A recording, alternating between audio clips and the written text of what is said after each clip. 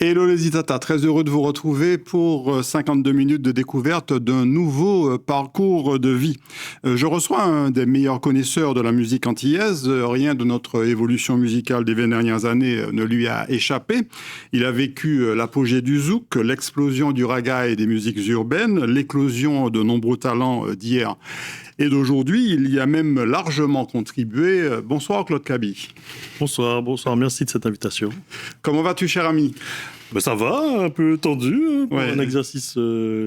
Normalement, je préfère être derrière le rideau que devant. Tu es un homme discret, effectivement, on le sait, c'est pour ça qu'on te voit peu sur les médias, mais dans le milieu musical, en tout cas, tu es très très connu, producteur, distributeur et j'en passe, mais avant tout, passionné de musique. Clairement, j'ai toujours été passionné de musique. J'aime bien quand on interviewe un artiste et qu'ils disent que depuis sa plus tendre enfance, c'est pareil pour moi.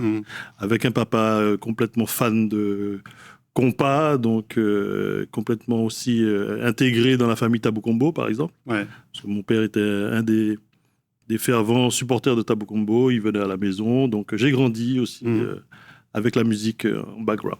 Puis on va le voir au cours de cette émission, tu as une autre passion tout aussi dévorante, presque. C'est la photo. Oui, tout aussi expansive. Oui. Tout à fait, la photographie. Bon, on va commencer par faire connaissance avec l'homme et sa personnalité. C'est Kimounouye.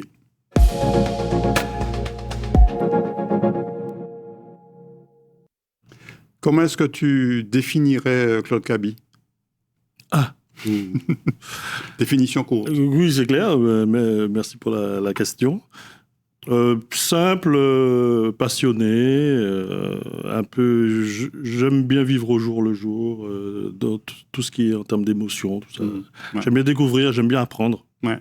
C'est vraiment quelque chose que j'essaye de faire et jusqu'à aujourd'hui, surtout dans mon métier où il faut être justement filé sur tout ce qui sort, quoi. Donc voilà. Alors, on va découvrir une première photo. Je dirais la photo d'origine. Avec les parents. T'as vu ça, comment ils sont beaux ?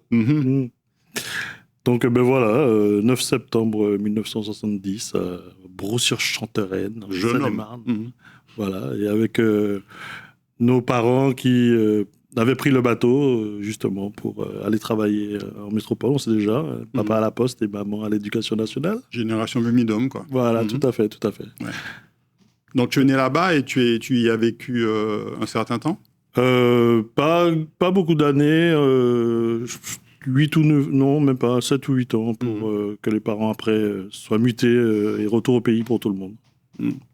On va retrouver le petit Claude qui a grandi sur la photo suivante, bien joufflu. La photo préférée de ma maman. Je crois que j'avais pris du deuxième plus beau bébé du quartier. Donc, d'accord. Je sais pas, c'est ce qu'elle raconte. Hein, moi, je peux pas te dire, mais voilà, un petit coulis. Du coup. Ouais. Tu en parles avec ta maman de tes premiers jours, de tes premiers mois. Parfois, vous en avez rediscuté après. Non, pas vraiment. Elle était partie l'an dernier, un peu en pèlerinage. Elle a revu, elle a parlé, elle a fait des vidéos de voilà, c'était à l'école là, on habitait là. Donc, mais c'est vrai que dans la famille, il y avait beaucoup de gens qui prenaient des photos déjà. Et on a beaucoup de photos de l'époque et c'est un peu là que je découvre mon passé aussi, il faut dire. Alors la photo suivante, je l'adore aussi, celle-là est magnifique. Mais celle-ci avec la Sim Camille. La Sim Camille. La Sim Camille et puis les peaux de mouton, la peau de mouton. Oui, c'était terrible. Sur le parking de sûrement Mammouth à l'époque, parce que c'était ça. Le seul souvenir que j'ai de la Sim Camille, c'est qu'elle était rentrée en Martinique avec. Et on pouvait ouvrir la portière avec un bâton de Frozen. Donc ça, c'était mon activité principale, ouvrir la voiture avec un bâton de Frozen.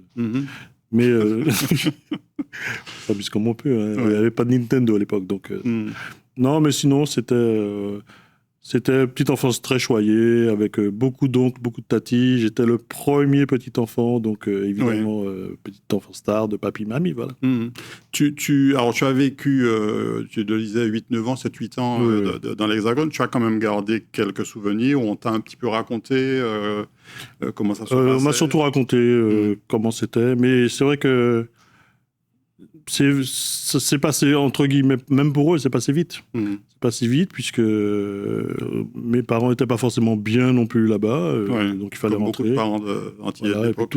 Tout s'est joué ici, donc ici, c'est tout de suite retour Bercail, la famille élargie, voilà. C'est ce qui... Les fêtes de famille. Voilà, c'est ça. Moi, ma famille, je suis 100% martiniquais, puisque du côté de ma mère, c'est Marigot-Lorrain, et du côté de mon père, c'est Marin. Donc, ils se sont... Tu as le nord et le sud. Voilà, ils se sont rencontrés à Paris. Voilà. J'ai le nord et le sud, donc un dimanche sur deux, il faut monter voir la famille au Marigot, descendre pieds nus dans la boue. Ça reste des super souvenirs quand même. Et puis, l'autre dimanche, il faut descendre au Marin, voir le papy qui avait le pit.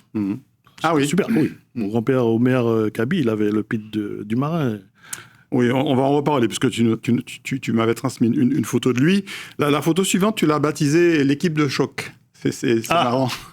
C'est mon frère qui l'a baptisé l'équipe de choc, parce que lui, c'est lui qui a scanné. Ça, c'est avec ma mère, et puis bon, on ne dirait pas, mais c'est mon petit frère. Et, ça veut dire qu'il est plus grand que toi, en gros, parce que tu es déjà grand, toi. Moi, non, il a 10 cm de plus que moi. Facile. C'est un basketteur. Donc voilà, ça devait être 85, 86 par là, avec maman, professeur de son état. Et puis... Donc tu es en fin d'adolescence, on va dire. Oui, voilà. Quel souvenir tu as justement de cette l'enfance, en partie dans l'Hexagone, l'adolescence derrière qu'est-ce que tu en as retenu? Qu'est-ce qu'on t'en a dit? Parce que moi, avec mon frère, c'était un peu antinomie. Autant lui, il était boum, et moi, j'étais très calme. Lecture, musique. Je dévorais des livres toute la journée. Je sortais pas. C'était un peu plus cocooning à mon niveau, culture et tout. Et puis, mais sinon, bon. Si on écoute ma mère aujourd'hui, je suis un garçon rêvé, mais c'est vrai que elle nous a coursé de temps en temps avec un petit bâton de balai, je me souviens, mais sinon, comme toutes les mamans antillaises. Mais après, mes parents divorcent en 80, elle nous élevait seuls. Donc, il fallait aussi tenir les deux grands gaillards et elle a réussi. L'éducation que tu as reçue? Non, très cool. L'éducation, on rit bien avec ma mère. Après, pour tenir les garçons, il faut qui n'ont pas envie de travailler, elle était professeure, donc il fallait pas rigoler avec les devoirs, il fallait pas, voilà. Donc, c'était... je pense que ses élèves se souviennent plus d'elle que nous, parce qu'elle était pas facile. Mais son rôle, c'était non seulement d'éduquer ces deux garçons, mais aussi d'éduquer une vingtaine de petits chenapans. Elle a travaillé au lycée près de Périnon-Cluny pendant toute sa carrière après. Ton adolescence, en termes de hobby, c'est déjà beaucoup la musique ou c'est arrivé après? Oui, beaucoup la musique. Je me souviens que les premières fois où j'ai reçu de l'argent pour mon anniversaire, j'ai été acheté, donc on était en 81, puisque j'ai été acheté l'album Thriller de Michael Jackson. C'était mon premier achat et j'en ai profité pour acheter l'album Best of the Jackson 5, comme quoi j'étais pas fan. Et puis, aux anniversaires, c'était qu'est-ce que tu veux? Soit un livre, soit un disque. Ou une cassette. Donc, voilà, c'était ça. C'était vraiment ça. Et puis, je lisais énormément de romans, Stephen King, à fond, science-fiction, anticipation. Donc, très, très, très lecteur aussi. Oui, énormément. Alors, tu parlais un petit peu de ton papy tout à l'heure, ton grand-père. Donc, on va le retrouver ici. C'est lui qui avait le pit? Non, c'est pas lui. Ah, c'est pas lui. Lui, c'est mon grand-père du côté maman. C'est mon grand-père du côté papa qui avait le pit. Mais lui, c'est un ancien combattant, un dissident décoré. Et là, justement, c'est la photo l'hommage qui avait été fait aux dissidents pour l'ouverture justement Oui, tout à fait. la Foire de France, c'était ça. C'était très fier de son parcours. Et d'ailleurs, il y a ma maman qui est en train de faire une œuvre généalogique sur mon grand-père qui est formidable. C'est formidable. Et c'était vraiment quelqu'un d'exceptionnel. Et aujourd'hui, quand tu regardes justement ce parcours que tu as vécu déjà un petit peu à travers ce qu'il t'en a raconté sans doute et ces différentes photos, tu le perçois comment? Comme effectivement un héros? Oui, en fait, il ne parlait pas. Donc même ma mère, elle a découvert des trucs, il ne parlait pas. Et justement, dans le cadre de cette réflexion autour de la dissidence, Sabine Andrivon-Milton a interviewé les derniers dissidents. Et là, il a tout raconté. Donc, elle a récupéré les fichiers, elle les a décryptés, elle est là en train de faire un document avec. Et c'est là qu'on découvre en fait que mon grand-père est parti de chez lui au Marigot sans dire à ses parents où il allait. Il a pris le bateau pour Sainte-Lucie. Il est déjà arrivé en Allemagne. Ses parents ne savent pas où il est. Et donc, mais c'était des histoires de fous. Et après, il est revenu et vivant, heureusement. Et puis après, c'était vraiment des gens qui étaient héroïques, mais en toute simplicité. Franchement, c'était pas. Ils allaient défendre la patrie.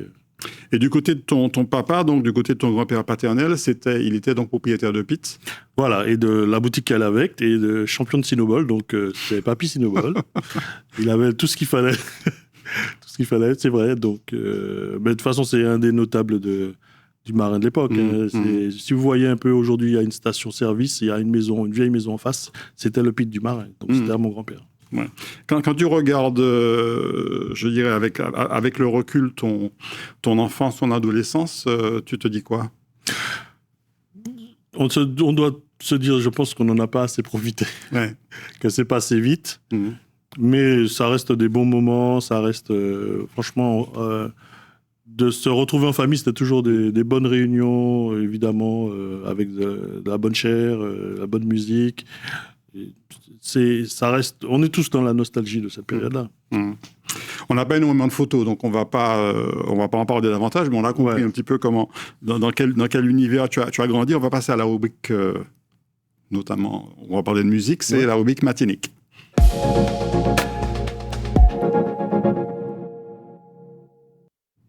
Alors Claude, parle-nous un petit peu de cette passion pour la musique. Tu nous as déjà décrit effectivement le fait que tout jeune, tes cadeaux c'était un livre ou un disque. Oui. Les Jackson 5, Michael Jackson, Thriller, etc. Tu as été toi-même musicien ou pas du tout? Non, pas du tout. Donc tu étais vraiment mélomane avant tout. Voilà. Donc c'est vrai que j'ai découvert, à l'époque on avait RFO, donc j'ai découvert la musique par Champs-Élysées, Sacrée Soirée, donc on a été élevé comme ça. Et j'écoutais pas vraiment la radio parce que mes parents, je pense, n'écoutaient pas vraiment la radio. Mais c'est vrai que je me suis beaucoup nourri de pop musique et de toutes sortes d'influences pendant que j'étais ici. Et c'est plus vers la fin de l'adolescence que j'ai commencé à justement découvrir le zouk avec les copains, avec les sorties, avec le carnaval. Donc, et encore plus, une fois que je suis parti faire mes études à Bordeaux, alors là, c'était rupture avec le pays, donc on n'écoute plus que ça. Exactement. T'as pas une cassette 2, t'as pas une cassette 2, donc voilà. Et à la FNAC, on était tout le temps à la FNAC pour écouter les nouveautés, puisqu'on pouvait écouter les disques sans les acheter. Donc c'était bien. Exact. Et à ce moment-là, tu te dis... Je t'en prie, vas-y. Non, en fait, si vous demandez à quelqu'un comment il était à la fac, on va dire c'est le gars qui avait le Walkman tout le temps sur la tête. Mais j'étais vraiment plongé dans la musique. C'est l'époque aussi de la faculté où je rencontre plein de gens. Donc je rencontre des musiciens, je rencontre le créateur du groupe Tom Black de Bordeaux, qui nous emmène dans les foires de danser, parce je pouvais pas chanter, donc je faisais danseur pour partir. Donc je dansais. Il y avait Jimmy Desvarieux que j'ai rencontré là-bas, que j'ai connu là-bas, qui lui chantait dans le groupe. Donc c'est un ami de 35 ans aussi. Et toi, tes études, c'était quoi? Sciences du langage, communication. Ouais. Donc ça, c'est le plan. Qu'est-ce qu'on peut faire hors de chez maman? Voilà, ben, c'est ça, c'est 14 heures de cours, c'est bon, ça va, c'est pas beaucoup. Et à ce moment-là, tu commences déjà à te dire que tu veux travailler dans la musique? Non, pas du tout. Du tout. Alors, à ce moment-là, j'étais encore, je sais pas ce que je veux faire. Donc c'est pour ça que j'ai poussé les études le plus loin possible. Et à un moment, à force de pousser, on dit, bon, quand même, ça fait 5-6 ans que je suis là, il fait froid à chaque fois à la même période, c'est pas intéressant. Ouais. Donc je vais rentrer au pays. Et donc j'ai continué sur la maîtrise communication sciences du langage sur le campus. Et je tombe sur un vieux pote de seconde qui me dit « Ah, comment vas-tu? Ça fait longtemps qu'on ne s'est pas vu. Toi, tu deviens quoi? » Moi, je suis chargé de relations dans une boîte de musique. J'ai dit, ben, moi, je suis là, je suis sur le campus, je dois faire un mémoire, pourquoi pas sur la musique. Je rentre en stage dans la boîte, donc Déclic Communication. Et puis, on s'amuse comme des petits fous. Ouais. Puis, c'est là que je découvre, en fait, un peu le milieu, un peu les dessous du métier. Et au bout de 6-7 mois, il me dit, tu sais quoi, moi, j'en ai marre, je me casse. Si tu veux rester... Ouais. Je dis au boss que tu veux rester. Je lui dis, bah ouais, moi, j'ai pas plus d'envie que ça de faire le mémoire. Donc, bah, il m'a passé le flambeau. Le boss, c'était Éric Basset? C'était Éric Basset, mais le patron de Déclic Martinique, c'était Henri Valide. Oui, tout à fait. Ouais. Henri Valide. Et on va comprendre pourquoi. On va regarder un extrait vidéo et on en reparle juste après. Yon des citrons garnis, écrivez-moi. Papier à lettre, rendez-moi la réponse. Super clocher qui a caché l'amitié. Voilà bouton de rose qui a dit 2 mots d'amour. La philo. À 2 petits philo, mon Dieu. La philo. Si philo. Moi, t'es assis à souvent la savane. Ma regardé assis au bas, moi. Anti-étoile briller au firmament. C'est désir l'homme au moins qui caille éclairer moi. Oh, philo. A dit philo, philo mon Dieu, la philo, si philo. Si mon balai de ni en pharmacie, si mon balai de ni en pharmacie, si mon balai de ni en pharmacie, tout jeune Jean mon balai t'es que volé dans le ciel. Oh, oh, oh, eh, eh, oh.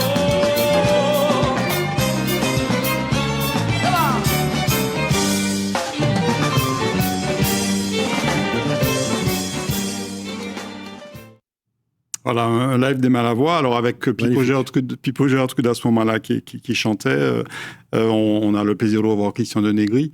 Donc, pourquoi? Alors, effectivement, Henri Valide était le manager de Malavois. Malavois était également produit par Déclic. Par Déclic, Éric Basset.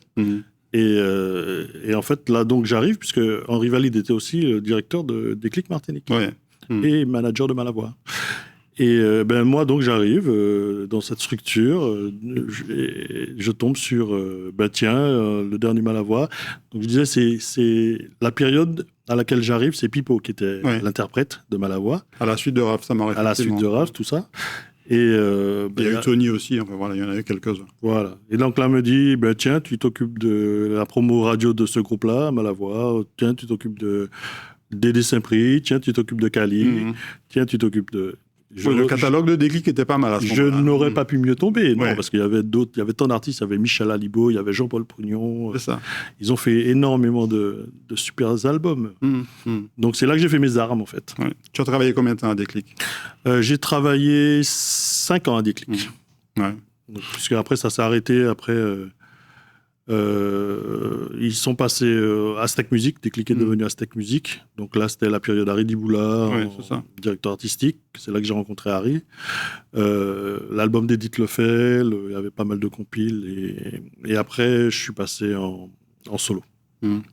Alors, on est en 2004. Oui. Tu décides on va voir le logo, de créer Chabine Prod. C'est ça. Alors, Chabine? Chabine, en fait, il y a eu quelqu'un dans ma vie qui a cette couleur.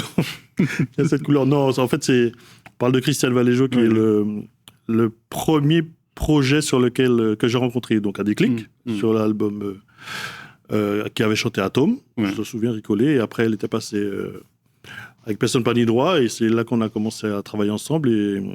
Et donc, du coup, quand j'ai lancé ma boîte, on s'est dit, voilà, on va démarrer en 2004 avec un single qui heureusement a très bien marché. On va voir effectivement, donc c'était Trahi, je crois, Ouais, à l'époque. Donc il y a eu Christian Vallejo, et puis il y a eu aussi une cubaine. Oui, le deuxième Medellín album Contreras. qui montrait déjà la diversité. Une amie de Monsieur Léo Kaby, il m'a dit oui, ben elle est là, elle est rentrée de Cuba, c'est une super musicienne, il faut lui faire un disque. J'ai dit elle a déjà la musique et tout, on sort, on a fait un peu de promo, on a fait des clips.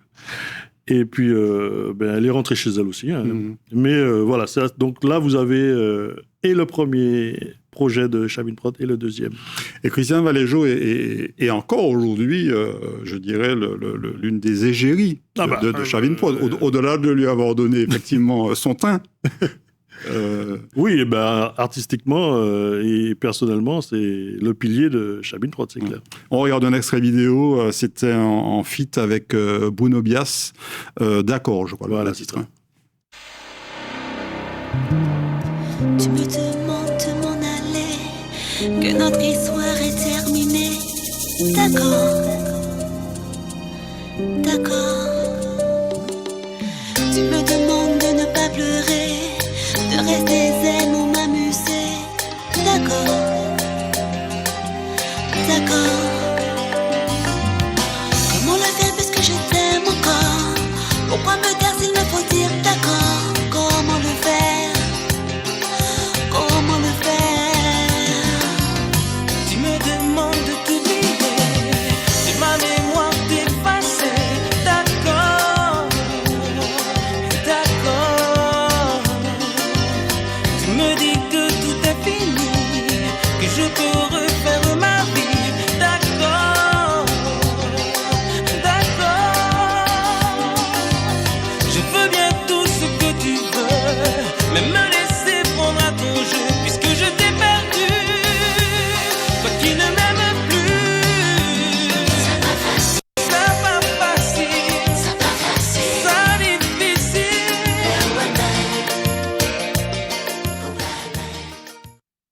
Voilà, d'accord, donc en 2004, on est en pleine période du Zouk Love, quoi. Ah oui, mais là, on est en pleine période. On est comme disent les sportifs, c'était le prime de Christian avec des succès d'affilée. On a eu beaucoup de chance et on regardait la réalisation d'Olivier Hockey, Oui. qui a produit aussi les deux, qui a réalisé les deux clips Trahi et D'accord.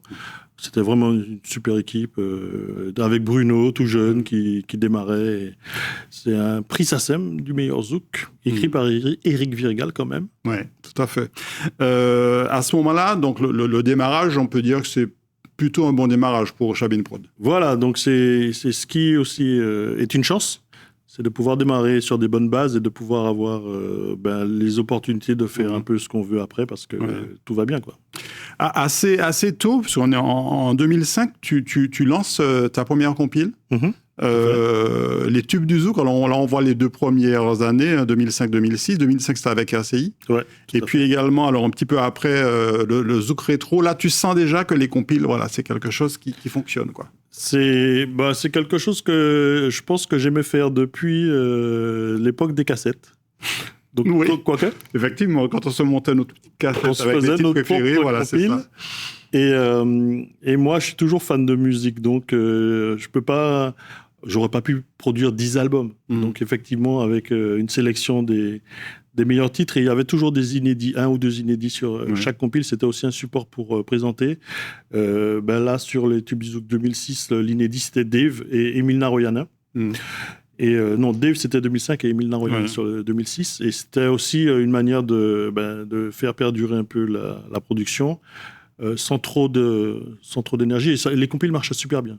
Et Zouk Rétro, là, tu sens déjà qu'il y a un petit côté un peu nostalgique qui émerge et qu'il faut commencer à redonner du Zouk. Pareil. Et d'ailleurs, Zouk Rétro, je n'aime plus du tout ce terme. Ah ouais. Oui. C'est pas grâce à Jocelyne. Elle a pas tort, mais c'est vrai que c'est une c'est une dénomination du Zouk qui n'est pas assez juste parce que. Ouais. C'est du Zouk reste du Zouk. Mais bon, c'est vrai qu'à l'époque de jeunesse, le côté marketing, c'était Zouk Rétro parce que toutes les soirées s'appelaient Zouk Rétro. Et c'était aussi pour mettre en valeur un peu les titres du catalogue. Tu continues avec les compiles. On va voir là quelques-uns. Tu es très éclectique dans les compiles. Hein, Toujours, c'est tous mes goûts. Le carnaval, le dancehall, le jazz, et puis Noir, qui est une compile un peu particulière autour, je dirais, presque de la négritude, j'ai envie de dire. Tout à fait. Mais en fait, moi, c'est vrai que je me réveille et puis j'ai une idée. Alors, je vais faire... Des fois, en fait, la compile part d'un titre. Et là, sur cette compile-là, c'est parti du titre de Tony Chasseur et d'Eddie Francis, qui est magnifique. Et Jazz Creole, c'est une compile que j'ai créée, mais c'est un concept de Tony Chasseur. Donc, et pour l'anecdote, c'est une photo de moi, c'est la main de Jacob Desvarieux qui est sur la pochette. Ah oui. Oui, personne ne le sait. C'est une vraie relique, alors. Voilà. Effectivement. À ce moment-là, Chabine Prod, bon, ça fait quoi? Ça fait 4-5 ans que tu as démarré. On peut dire que vous êtes sur de bons rails. Clairement, tu sens que tu as trouvé les bonnes idées pour véritablement lancer la boîte. Il y avait vraiment une super énergie en termes de musique, en termes de show aussi. C'est un peu ce qui manque aujourd'hui, mais c'est vrai que il y avait encore un bouillonnement de création et d'événementiel qui faisait qu'on pouvait... vous voyez, quand on regarde les noms sur les compiles, ils étaient déjà là. Les jeunes, à un moment, je ne faisais pas de dancehall du tout. Ouais.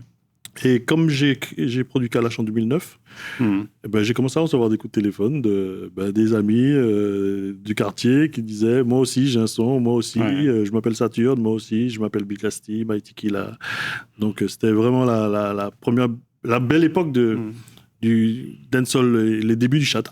Parce que là, du dancehall, c'est 2012, il me semble. C'est vraiment... Oui, alors il y a tellement de productions que tout n'est pas forcément dans l'ordre chronologique. Claude, on va voir d'ailleurs là, par exemple, je crois que Lauriane Zachary, c'est un petit peu après. C'est 2009. Bakwa Noël aussi avec Robert Mavunza. Voilà. Gisèle Baka, dont tu n'es pas producteur, mais je crois que tu en as assuré la distribution, c'est ça? Alors, cet album, oui, c'est un ancien album de Gisèle qu'elle avait remis en ligne et que j'avais remis en ligne pour elle. Et elle avait réalisé un best-of avec... Serge Billet. Donc tout ça, c'était autour de Gisèle qui lui donnait vraiment un bon coup de main. Mais là, il y a un nouveau producteur qui a repris les produits et pour relancer encore Gisèle. Ça, c'est bien. Et on voit tout l'éclectisme, en fait, de Chabine Prod, puisque c'est vrai qu'en fait, tu n'as pas, je dirais, un style privilégié. Non, tu touches à tout, en fait. Je suis mélomane. Dès que j'aime, j'y vais, je fonce. Tu parlais de best-of. Il y en a eu deux. C'est deux exemples, injustes, parce qu'il y en a eu d'autres. Haridi Boula, donc on est en 2009, je crois. 2009, aussi. Tout à fait. Et puis Simon Jurad de 2013. Bon là, c'est deux immenses artistes. Oui, c'est de légendes. C'est toujours un plaisir. Moi, je reste un fan. Je reste un fan de nos artistes. Donc, quand j'ai l'opportunité de produire ou de travailler avec des artistes comme Haridi Boula, Simon, j'ai fait aussi le best-of d'Éric Virgal. J'ai aussi produit un titre pour Jean-Paul Pognon. Alors, il a fait tellement de hits que j'en ai un dans sa discographie, je suis content. Voilà, ça s'appelait Magie Lamboudai. Les best-of, ça fonctionnait, ça fonctionne encore? Moi, j'aime les best-of. Donc, à la base, je les faisais pour moi. Et qu'ils fonctionnent, ils fonctionnent. Donc, je pense que je ne suis pas le seul à aimer les best-of, qui regroupent. Et puis, en fait, vraiment, c'est aussi des projets où... Le côté esthétique, on travaillait dessus. Par exemple, le CD de Harry, c'est un double CD. Quand on ouvre le CD, en fait, on a les CD ont des visuels de vinyle. Donc, par exemple, après sur le best-of de Éric Virgal, par exemple, il y avait un inédit. Donc c'était aussi pour je crois que c'est le dernier titre qu'il a enregistré d'ailleurs depuis. Je le relance, mais bon. Alors tu parlais de Kalash, donc tu le produis en 2009. On regarde un extrait de Point Pied-Haut. Voilà. Badman boom, boom, boom, boom, y'all say boom. Badman boom, kaboom, boom, kaboom, boom, kaboom, boom. Badman boom, boom, boom, boom, y'all say boom. Badman boom, kaboom, boom, kaboom, boom, kaboom, boom. Pourquoi nous venons pomper nous, boom, boom, boom. Pourquoi nous venons pomper nous? We can mash up the place 'cause we are like that. Open nous, open, pomper nous, boom, boom, boom. Pourquoi nous venons pomper nous? We DJ mash up the place, cause we are like that. No me, okay. Why not this man, we no kiss man. Sabi kaba se please, girl, on le pisse là. Blood can fini à this man, mais ça twist man. Pass là, j'en ai plus man, qui n'est plus gone, qui police man. Jam daddy, fi den tout. Qui finit là pour foutre les bordels, girl. Jam daddy, fi den tout. Qui finit là pour balancer pompier nous et puis tout con nous. Même si y'a commencé sans nous. Depuis on va maîtriser Tchado. Nous deux qui rentrent nous vengeons. Nous venons pour prendre. Voilà, Kalash et Lieutenant, on est en plein début de ce boom des musiques urbaines. Ça fait 2009 aussi. Et Kalash, donc tu as été son premier producteur en fait. Voilà, mes neveux le connaissaient par cœur, moi je l'avais jamais entendu parler. Mais comme j'ai déjà raconté, on cherchait avec Christian Valéjo un jeune artiste pour un duo sur son album Métamorphose. Et Sahel lui a présenté Kalash et boum. Kalash et Lieutenant que tu as produit par la suite. On va le voir sur les visuels suivants. Lieutenant, Loïs Sanja, Namix, T-Stone. On est vraiment en plein boom des musiques urbaines. Et là, tu as le flair, donc tu balances. Oui, moi, j'écoute, j'aime. On y va. Lieutenant, c'est une légende pour moi aussi. Hein. Lieutenant, depuis 2009... on travaille, mais je crois que je connaissais le Lieutenant d'avant, parce que je crois que la première séance photo qu'on avait faite avec le Lieutenant, c'était en 2006, tout jeune, machin. Ouais. Non, c'est des artistes que je côtoie et que je respecte énormément. Et suivre aussi l'actualité de ce qui se passe, de découvrir des jeunes. Namix aussi. Namix, c'est le regretté Radix qui me l'a présenté, et je le cite souvent en exemple, parce qu'en fait, ils m'ont envoyé des titres pendant 5 ans. Il faut jamais désespérer. Bien sûr. Je leur disais, c'est sympa, mais c'est pas encore, c'est sympa. Et en fait, pendant 5 ans, franchement, il m'a envoyé des titres. Et au bout de 5 ans, on a dit, là, on y est, on y va. Ouais. Donc, T-Stone, pareil, T-Stone, on l'a envoyé vers moi depuis la Guadeloupe. Et depuis 2019, on travaille ensemble. Alors, je précise que la sélection est de moi, hein, parce que je veux pas qu'il ait des ennuis avec ceux qui vont lui dire, mais tu n'as pas parlé de nous, etc. Il y a tellement de choses au catalogue de Chabin Prod qu'il a fallu faire une sélection. Tu parlais de la Guadeloupe. Une de tes découvertes aussi, c'est Roy Havana. Roy Havana, tout à fait. Avec Doudou, on regarde.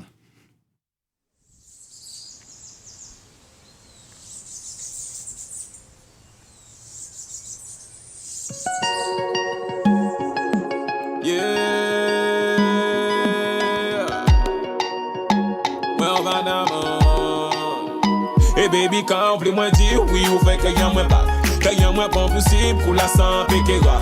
Baby, ou fait moins fait de la carte. Baby, comme moi avec j'allais sur faner. Quand vous moi dire oui ou fait qu'il y a moins pas, qu'il y a moins pas possible pour la santé qui va. Baby, ou fait moins fait de la carte. Baby, comme moi avec j'allais sur faner. Doudou en maladam, souvent t'es s'affiche. Et qu'il y a moins fait y'en elle, bébé c'est ta seulement. En que en bas, l'amour est puis tellement. Attention, précaution.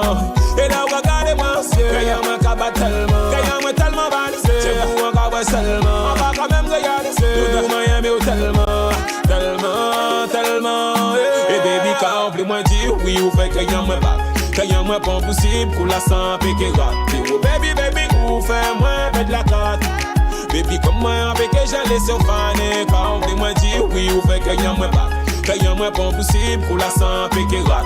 Baby, ou fait moins fait de la carte. Baby, comme moi avec j'allais sur... Alors, on est en 2015 environ. Voilà. Réalisation Gary Baron. Voilà, je big up à Gary parce que c'est mon réalisateur urbain avec qui j'ai débuté dans l'urbain, avec Kalash. Le premier, c'était lui aussi. Et Havana, on a fait beaucoup de clips ensemble. On a fait aussi avec Radix, avec qui j'ai beaucoup bossé. Et tu as connu aussi la bascule entre le vinyle, les CD et puis le digital. Et à ce moment-là, on est déjà dans une période où c'est davantage le digital et les téléchargements qui fonctionnent. Malgré tout, pour toi, en termes d'économie, d'équilibre économique, tu arrives à t'en sortir? En fait, on le voit facilement aujourd'hui. Moins à l'époque, mais aujourd'hui, sur tout ce qui est... le streaming, c'est une cible. Le streaming, c'est une cible assez large, mais qui reste jeune. Donc, sur cette cible-là, il y en a qui gagnent très, très bien leur vie avec le stream. Hein. Et par contre, c'est les musiques adultes, les musiques traditionnelles, tout ça, qui qui ne survivent pas du tout avec le streaming. Donc, C'est ça. il y a encore des artistes qui pressent des CD qui fonctionnent, heureusement. Mais là, aujourd'hui, c'est vrai que c'est 90% du streaming, c'est Ouais. de la musique jeune. On envoie un catalogue avec un nouveau best-of. Et de qui? De Christiane Valéjo. Ah oui, alors là, c'est pas un best-of. C'est pas un best-of. Là, c'est un album qui avait été produit par Aztec Music en 2004. Ah oui, donc avant la création de Chabin Prod. Ou presque en même temps. Oui, presque en même temps. En fait, c'est l'album où on retrouve cet écrit, qu'est-ce qui ne va pas. C'est juste après Trahi. Et en fait, comme il y a eu des mouvements sur la société Aztec, j'ai eu l'opportunité de racheter l'album. Ouais. Pour qu'on puisse garder les droits et que ça disparaisse pas dans les mains de quelqu'un d'autre. Donc tu l'as remasterisé et ressorti. Et pour les amateurs, notez qu'elle a récupéré son L parce qu'au début de sa carrière, on lui avait fait enlever un L. Et cet album, l'album original... C'est vrai que selon les albums, il y a eu effectivement... Voilà. Mais l'album original est sorti avec un L, mais la version 2026 a 2 L. Ouais. Alors, un de ses grands complices, Harry Diboula. Ah oui. Donc ça, c'est récent, c'est son dernier album, en fait, Breakaway. C'est exactement son dernier... C'est Jean-Marie Ragal, qui est un autre de tes... De mes poulains, voilà. C'est la famille, depuis... lui, ça date de 2007, mon premier album. En fait, on a commencé à travailler avec Jean-Marie en 2005, presque les débuts de Chabin Prod, mais il était produit par Axel à l'époque. Ouais. Mais tout le design visuel, je l'avais fait pour lui. Et puis après, donc il a dit bon, je reste avec vous, je suis bien avec vous, je reste avec vous. Donc tu sais en fait faire durer tes artistes. Hein. Moi, on y va. Hein, j'ai pas vraiment de réflexion de ça marche pas. Là, c'est Jean-Marie, Christiane, c'est la famille, donc on y va. Là, on sent encore des titres. Il m'a dit fais-moi confiance. Donc, il dit, mais il n'y a pas de problème, ça fait 20 ans qu'on se fait confiance. Il n'y a pas de souci. Tu veux sortir des titres, on sort des titres. Et puis Harry Diboula, on se fait un petit plaisir. Ah, toujours. On regarde.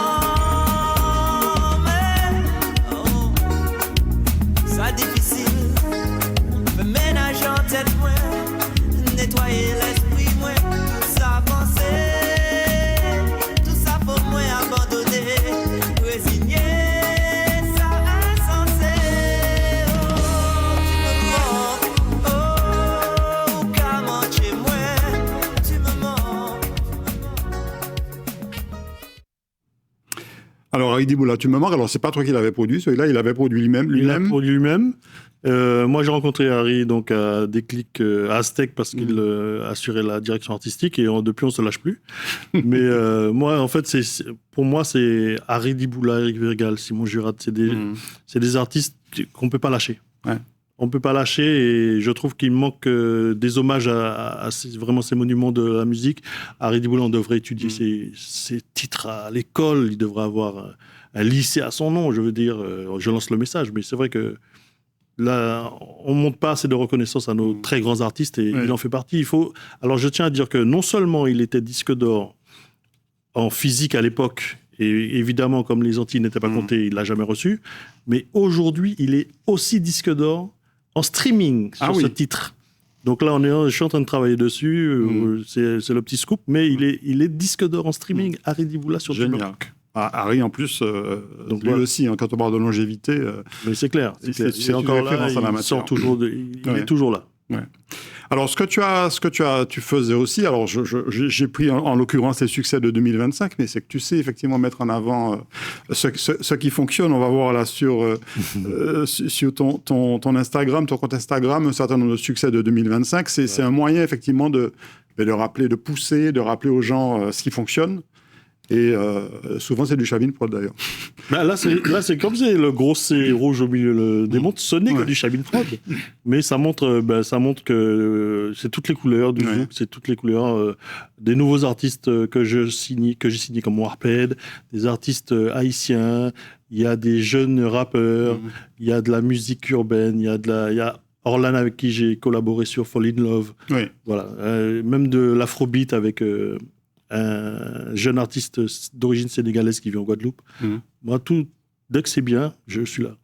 Et puis comme tu sens les transitions et que tu sais t'équiper des outils qui fonctionnent bien, tu as 2 chaînes YouTube.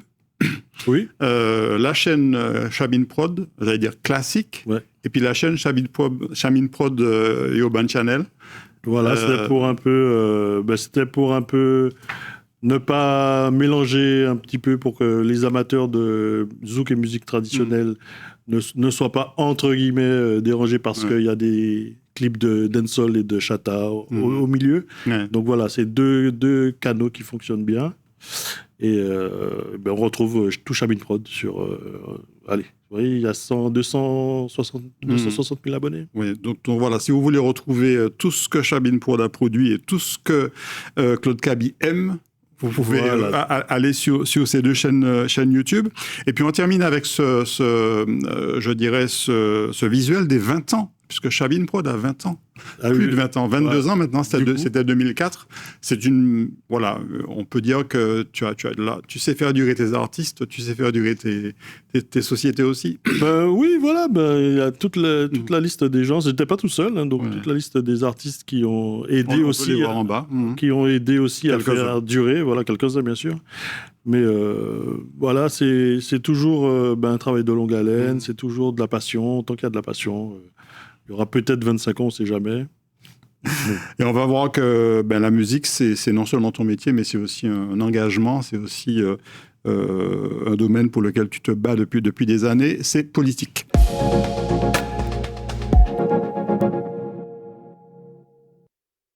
On va parler de photos dans un petit moment, mais je voudrais d'abord qu'on rappelle qu'en dehors de produire, tu assures aussi la promotion de la musique antillaise.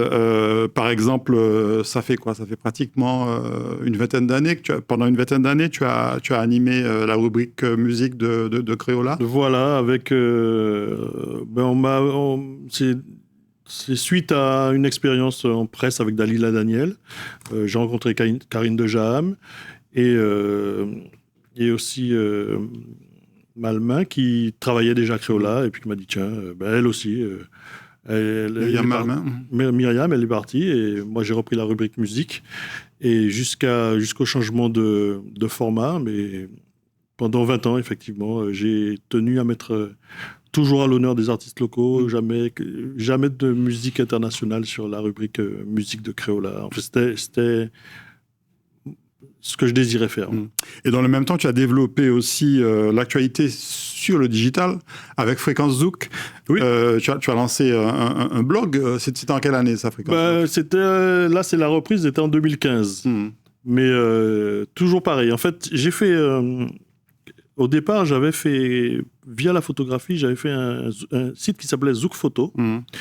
Et j'avais proposé aux artistes moi je mettais mes photos et de m'envoyer des bios comme ça, parce qu'en fait, en tant que chargé de communication, le problème principal que je rencontrais, c'est que les animateurs n'avaient pas d'informations sur les artistes. Donc j'ai dit, on va regrouper tout ça sur un site, comme ça, s'ils cherchent une information sur XXX, alors j'ai envoyé un grand appel partout et j'ai dit, on va recevoir 5. Donc le site a capoté assez vite. Et du coup, après, j'ai toujours été un peu dans la presse, donc j'ai lancé un blog avec des interviews. Il n'y avait pas que des artistes, il y avait aussi des gens dans le mannequinat, dans le truc. C'est ça. Voilà, et des artistes principalement, de toute façon, avec des interviews. Et par manque de temps aussi, c'était une grosse période, j'avais un peu laissé tomber. Et aujourd'hui, avec On va voir que tu as lancé une chaîne vidéo, Fréquence Zouk, voilà, sur YouTube. sur YouTube, surtout sur TikTok au départ. Ouais. Et sur Instagram aussi, où c'est un peu pareil, sauf que ça, c'est en vidéo. Et on va voir que tu as des rubriques sympas sur Fréquence Zouk, par exemple, ce que tu as fait récemment avec Ralph Samar, qui raconte l'histoire du titre Polisson. On voit l'extrait. Dans la famille martiniquaise, qui est une famille très soudée, les tantes avaient toujours, quand tu étais un peu un galopin, les tantes avaient toujours c'est les femmes qui parlaient comme ça. Petit boulot, ou n'y a polisson ou pas ni pain pour saucisson. Ça veut dire que je suis très présomptueux. Et Roland a eu l'idée d'écrire quelque chose avec ce que je lui avais donné. Et ça a donné cette chanson Polisson. Donc la chanson Polisson traite de ce genre de galopin. C'est ce que ça veut dire. Ce n'est pas scabreux du tout, mais c'est juste pour... ça fait plutôt appel au respect des grandes personnes. Mais c'est pas fini. Donc on a la mouture, on a tout. Et on a presque la musique, mais c'est un rythme, le belay, c'est un rythme à 3 temps, quoi. Oh, l'ison. C'est la version dans les... Dis longtemps, l'ison. C'est en l'air comme ça. Et un jour, après une journée de travail, on est presque arrivé, ça se passe en très peu de temps, hein. Ils ont peut-être sur 2-3 jours de travail avec Nemo. Un soir, Nemo m'appelle, il me dit « Tiens, j'ai chanté la chanson pour son épouse, et son épouse n'est pas martiniquaise. » Il a chanté cette chanson, et la restitution que lui a faite sa femme a donné « Oh, lisson !» Il m'a dit « Voilà le truc magique qu'on n'avait pas trouvé, de passer du 3 temps à un 2-4, quoi. » Voilà, Ralph Samar, on a plaisir à voir. En pleine forme, hein, Ralph. Hein. Ah, il est en pleine forme. Et toujours aussi bon quand il raconte des histoires comme celle-là. Une légende. J'étais tellement content de faire ça avec Ralph. Donc à retrouver sur YouTube et sur TikTok. Et Instagram aussi. Ouais. Et Instagram également. Voilà. On va parler du photographe maintenant. Tu te souviens de cette photo ? Oula, j'ai trouvé ça. Quand je faisais mes délires avec, je sais pas... Je l'ai retrouvé sur Pinterest. Ah bon ? Oui, tout à fait. Ben oui, quand on tape sur Google, on peut trouver parfois des petites pépites comme celle-là. Bah, c'est clair. Donc là, c'est effectivement l'appareil. C'est un Leica ou quelque chose comme ça. Enfin, Non, c'était un téléphone. Hein, c'est un téléphone. Ah oui, j'avais pas vu qu'il y avait le téléphone avec la... C'était sûrement un iPhone 6. Hein. Alors, raconte-nous cette passion pour la photo. On va voir d'ailleurs qu'au niveau musical aussi, hein, tu as photographié quelques grands. Raconte-nous cette passion pour la photo. J'ai toujours été passionné par la photo. Mon beau-père m'a offert un appareil, j'avais 14 ans, donc je prenais mon vélo sur l'ancienne route de Schellcher pour arriver, pour faire des photos du coucher de soleil, des photos noir et blanc. Et pendant la période de la fac, j'avais un peu arrêté, mais quand je suis revenu ici, ça s'est conjugué art et art, donc j'ai commencé à travailler à Déclic et donc à côtoyer plein d'artistes et à faire des concerts. Et voilà. Max Rancé, Paco Charlery, Curtis Wizard, on va retrouver avec Eric Viegal, un de tes grands copains aussi. Studio, voilà. Oui. Il pense que je suis son père, mais non. Et puis des artistes internationaux aussi, Maury Kanté, que tu as eu le plaisir de photographier. J'ai même fait James Brown. James Brown, mais c'est vrai que ça c'était au Grand Carbet, donc évidemment le Festival de Fort-de-France est une pépite pour faire des belles photos d'artistes internationaux. Donc la musique, forcément, tu en as sans doute des milliers. La mode également. Oui, plus récemment. On retrouve là, par exemple, à droite, Floriane Bascou. Oui, tout à fait. C'était pour le magazine Miss Martinique. Et une jeune youtubeuse aussi qui voulait une empreinte sur le territoire. Donc, ça a donné ça. Et puis 2 autres magnifiques photos de mode également, parce que tu travailles aussi pour des magazines de mode, donc tu diffuses aussi tes photos dans certains magazines. Oui, ça peut arriver. Mais là, c'est vrai que c'est plus un peu des projets perso. Avec, là, c'était Mademoiselle Vertueux, j'ai oublié son prénom. Mais, c'est magnifique cette photo. Ouais. Elle avait vraiment son style nature. Et de l'autre côté, à Fort-de-France, on est à Fort-de-France et on a des balcons comme à Paris pour les utiliser. Avec une jeune Miss aussi, Picardie, je crois, à l'époque. C'était présenté. Et puis une de tes passions maintenant, mais depuis sans doute un certain temps, c'est aussi de photographier le sport. Et tu es maintenant un photographe accrédité sur les grands tournois de tennis, par exemple. Voilà, je travaille pour une agence de presse à Paris. Le hasard a fait bien les choses. Et puis j'ai ma passion sportive du tennis que je conjugue avec ma passion photographique. Et me voir tous ces grands athlètes et d'immenses le stars. seul regret, c'est de ne pas avoir photographié Roger Federer. Mais sinon, Djoko, oui. Moi, je suis fan de Djoko. Djokovic, on va voir Alcaraz sur c'était à quel tournoi d'ailleurs? C'était Cincinnati l'an dernier, 2025. Voilà. Et puis une des valeurs montantes du tennis français, Arthur Fils, que tu as également photographié. Ouais, Arthur Fils. Qui est en plein boom en ce moment. Il est revenu à fond là. Après sa blessure au dos, je crois. Enfin, je me souviens plus précisément. Puis forcément, quand on parle de sport et de Martinique, on a le Tour d'Ailleul. Le Tour d'Ailleul. Là, ça fait 12 ans que je fais des photos du Tour d'Ailleul. J'adore le Tour d'Ailleul. On ne me voit pas sur le championnat, mais c'est vrai que le Tour d'Ailleul, c'est quelque chose d'exceptionnel. Tant en couleur qu'en émotion. Je fais 99%, je suis au départ. Je ne vais pas les arriver trop bruyant, mais il y a quelque chose au départ qui n'y a pas à l'arrivée. La tension, en fait, le relâchement qu'il y a au départ, puis la tension sur le départ des coursiers, c'est top. Et puis, comme tu es un photographe très complet, très polyvalent, presque comme dans tes choix de production, tu fais aussi du street art ou de la street photo. Ouais, j'adore. Là, en l'occurrence, c'était il n'y a pas très longtemps, tu étais en Chine. En Chine, début de l'année. Je me promène dans les ruelles, je vais. Des fois, je me fais regarder. Je n'ai pas l'habitude de voir des grands noirs avec des appareils photo dans la rue. On va voir d'ailleurs 2 autres clichés magnifiques également. Voilà, là, c'était un marché. Je n'ai même pas encore posté ça. C'est l'exclu. Et je vais poster ça bientôt. C'était un marché, c'est exceptionnel. La culture chinoise, j'adore. Ouais. Alors, on peut dire que Claude Cabi est un homme comblé, parce qu'aujourd'hui, finalement, tu ne vis que de tes passions. Je vis surtout avec mes passions. Je ne vis pas de mes passions, mais je vis avec. Oui, mais en fait, voilà, c'est réaliser un peu, même si c'est sur le tas, réaliser un peu ce qu'on a envie de faire, il ne faut pas hésiter. Si on peut le faire, voilà. Moi, j'aurais jamais dit que... Il y a 10 ans, j'aurais jamais dit que je serais sur des tournois de tennis. Bien sûr. Aux côtés de photographes que j'admire, en train de faire des photos des stars de tennis. Voilà. Aujourd'hui, Chabin Prod va bien. Tu as réussi à franchir le cap du passage, en fait, le vinyle il y a longtemps, mais les cassettes, les CD surtout, et puis au numérique.